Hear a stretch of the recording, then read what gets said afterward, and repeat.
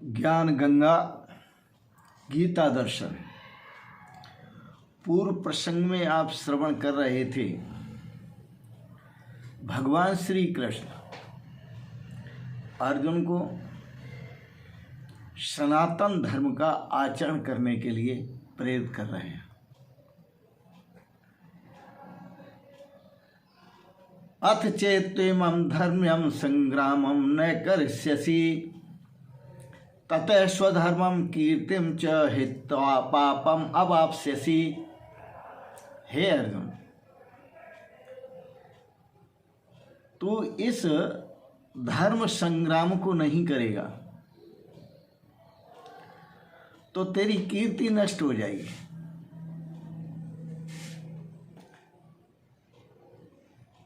और तू पाप को प्राप्त होगा।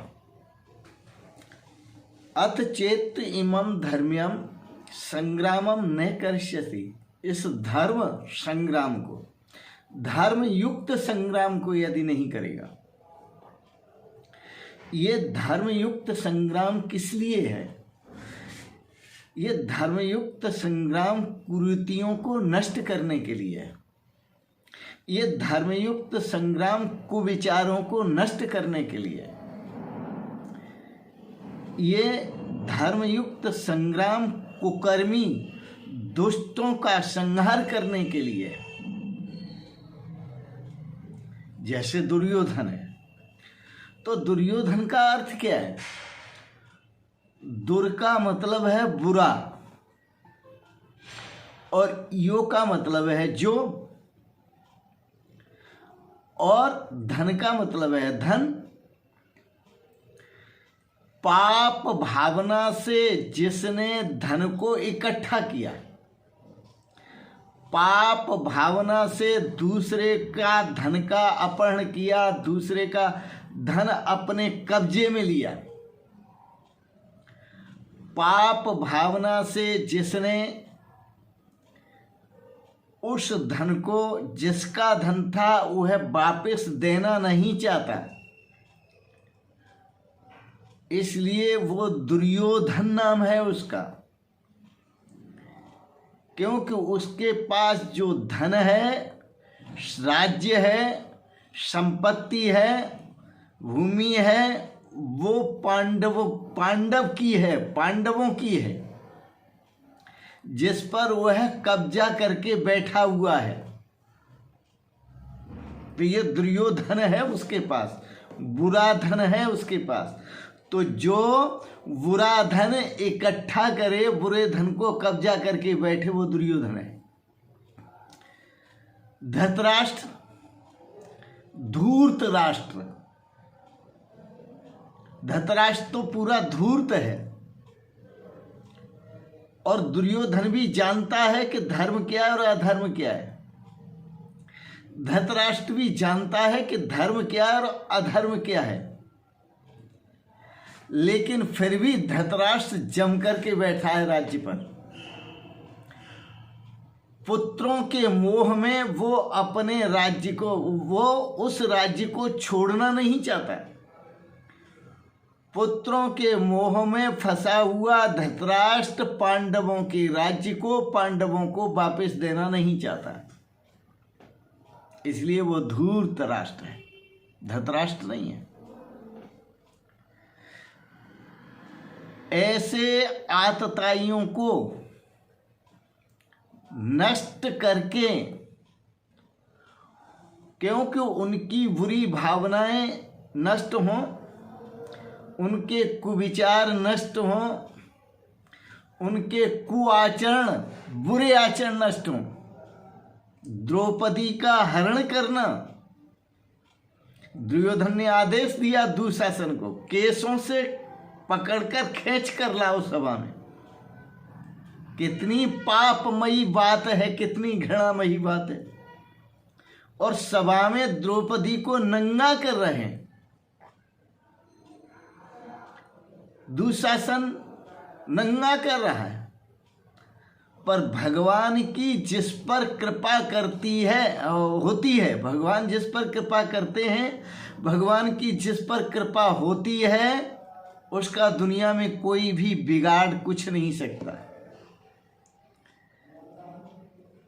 इसलिए हे अर्जुन, ये आतताई हैं, दुष्ट हैं। इनकी दुष्टता तब नष्ट होगी जब ये खुद नष्ट होंगे, क्योंकि दुष्ट ही नहीं होंगे तो दुष्टता भी नहीं होगी। और जब तक दुष्ट रहेंगे तब तक दुष्टता बनी रहेगी।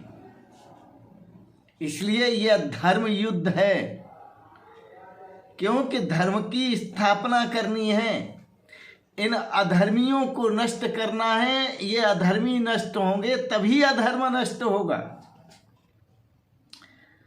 अधर्म करने वाले कौन हैं? काम, क्रोध, लोभ, मोह, अहंकार, मद, मत्सर, ईर्षा, द्वेष, ये सब अधर्मी हैं। और ये अधर्मी अपने राज्य में रहेंगे, स्वराज्य में रहेंगे जब तक, तब तक अधर्म का आचरण होता रहेगा, अधर्म की वृद्धि होती रहेगी। और जब इनको नष्ट कर देंगे तभी सनातन धर्म की वृद्धि होगी। भगवान श्री कृष्ण कहते हैं, अर्जुन तुम मुझे भी तो देखो, मैं जो इस भूमि पर अवतरित होता हूं वो क्यों होता हूं?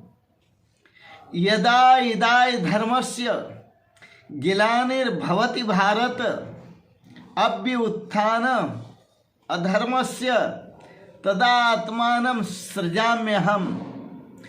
जब जब धर्म की हानि होती है, अधर्म की वृद्धि होती है, तब तब मैं अधर्म को नष्ट करने के लिए और पुनः धर्म की स्थापना करने के लिए, धर्म का उत्थान करने के लिए इस भूमि पर अवतरित होता हूं। तो यह सनातन धर्म क्या है? यह अपना जो निजी आत्म स्वरूप है, यही सनातन शाश्वत धर्म है। अथ चेत् इमं धर्म्यं संग्रामं न करिष्यसि। यदि इस धर्म की रक्षा के लिए, इस शाश्वत आत्म स्वरूप को जानने के लिए, आत्म स्वरूप की अनुभूति के लिए यदि तू धर्म नहीं करेगा, ये धर्म युद्ध नहीं करेगा, तो इससे क्या होगा? ततः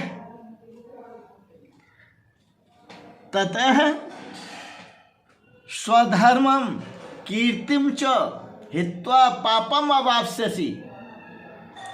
यदि तू इस धर्म युद्ध को नहीं करेगा तो ततः इसके बाद जो परिणाम होगा वो तेरा स्वधर्म भी नष्ट होगा और अपकीर्ति को प्राप्त होगा। और जो अपकीर्ति है मरणाद अतिरिच्यते। अभी तो तुझे महान योद्धा कहते हैं, फिर तुझे महान कायर कहेंगे। लोक का अपवाद इतना खड़ा हो जाएगा कि तेरी अपकीर्ति छा जाएगी समस्त विश्व में। इसलिए स्वधर्मम अर्थात स्वभाव से उत्पन्न हुए जो स्वधर्म हैं उनका आचरण कर, और मन से उत्पन्न हुए, बुद्धि से उत्पन्न हुए, लोभ से उत्पन्न हुए, काम से उत्पन्न हुए, क्रोध से उत्पन्न हुए उन अधर्म आचरणों का नाश कर। और यदि ऐसा नहीं करता है तो स्वधर्मम हित्वा, तेरा धर्म का त्याग हो जाएगा। हित्वा त्याग हो जाएगा, मानी आत्म उपलब्धि नहीं होगी, परमात्मा अनुभूति नहीं होगी, परमात्म तत्व की प्राप्ति नहीं होगी। और पापम अवाप्स्यसि, अब कीर्ति होगी संसार में और पाप को प्राप्त होगा। मानी पाप को प्राप्त होने का मतलब ये है कि बार बार जन्मेगा, बार बार मरेगा, पुनरपि जननम पुनरपि मरणम पुनरपि जननी जठरे शयनम।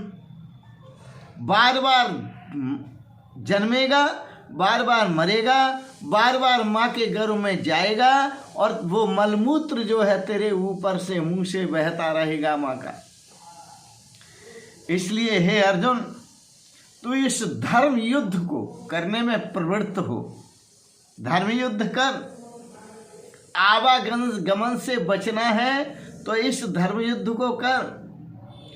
पाप पुण्य से बचना है तो धर्म युद्ध को कर, क्योंकि पाप और पुण्य दोनों ही आवागमन के कारण हैं और इस धर्म युद्ध को करना तेरे लिए अनिवार्य है।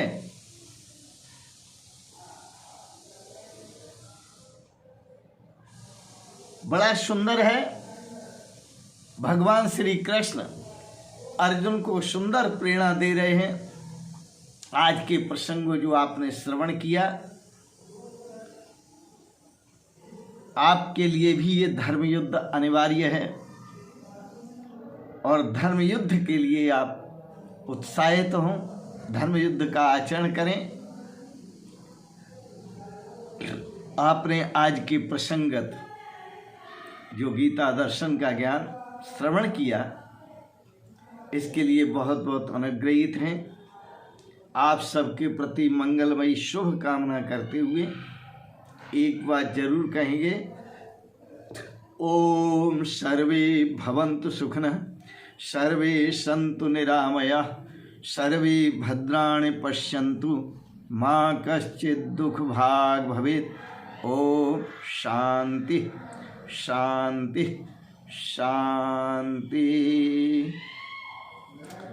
और अंत में आप समस्त भाई बहनों को, समस्त श्रोताओं को, वृद्धों को, नौजवानों को, साधु संतों को, सभी को, भक्तों को मैं सादर प्रणाम करता हूँ। आज इतना ही। शेष अगले प्रसंग में। आपको अच्छा लगा तो इसे सब्सक्राइब करें और लाइक करें, शेयर करें और ध्यान से सुना करें, क्योंकि ये दार्शनिक प्रवचन है गीता दर्शन का। गीता के सम ज्ञान नहीं, गीता के समान कोई ज्ञान नहीं है। इन शब्दों के साथ ओम शांति शांति शांति। ओम।